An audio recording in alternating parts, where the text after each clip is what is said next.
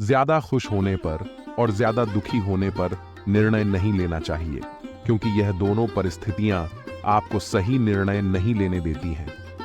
कौन क्या कर रहा है, कैसे कर रहा है और क्यों कर रहा है, इन सब से आप जितना दूर रहेंगे उतना ही आप खुश रहेंगे। जब हमारा मन कमजोर होता है तो परिस्थितियां समस्या बन जाती है, और जब मन स्थिर होता है तब परिस्थितियां चुनौती बन जाती है। परंतु जब हमारा मन मजबूत होता है तो परिस्थितियां अवसर बन जाती हैं। जो लोग बुद्धि को छोड़कर भावनाओं में बह जाते हैं, उन्हें हर कोई मूर्ख बना सकता है। वक्त से पहले मिली चीजें अपना मूल्य खो देती हैं, और वक्त के बाद मिली चीजें अपना महत्व खो देती हैं। पूर्णता के साथ किसी और के जीवन की नकल करके जीने की तुलना में अपने आप को पहचान कर अपूर्ण रूप से जीना बेहतर है। जब भविष्य धुंधला पड़ने लग जाता है, तब आपको अपने वर्तमान में ध्यान केंद्रित करने की आवश्यकता होती है। सत्य कभी दावा नहीं करता कि मैं सत्य हूं, लेकिन झूठ हमेशा दावा करता है कि सिर्फ मैं ही सत्य हूं। प्रेम के विस्तार के लिए हृदय से अहम का विसर्जन आवश्यक है, क्योंकि प्रेम के धागे में यदि अहम के गांठ पड़ जाए तो प्रेम के प्रवाह का मार्ग स्वतः ही अवरुद्ध हो जाता है।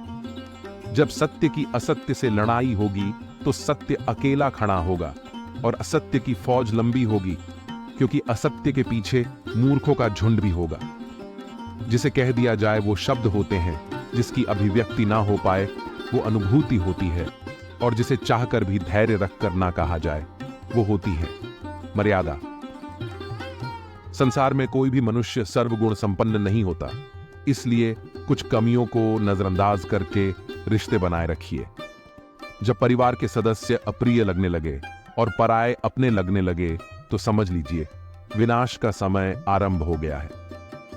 एक उपहार तभी असली और पवित्र है जब वह हृदय से किसी सही व्यक्ति को सही समय और सही जगह पर दिया जाए, और जब उपहार देने वाला व्यक्ति अपने हृदय में उस उपहार के बदले कुछ पाने की उम्मीद न रखता हो।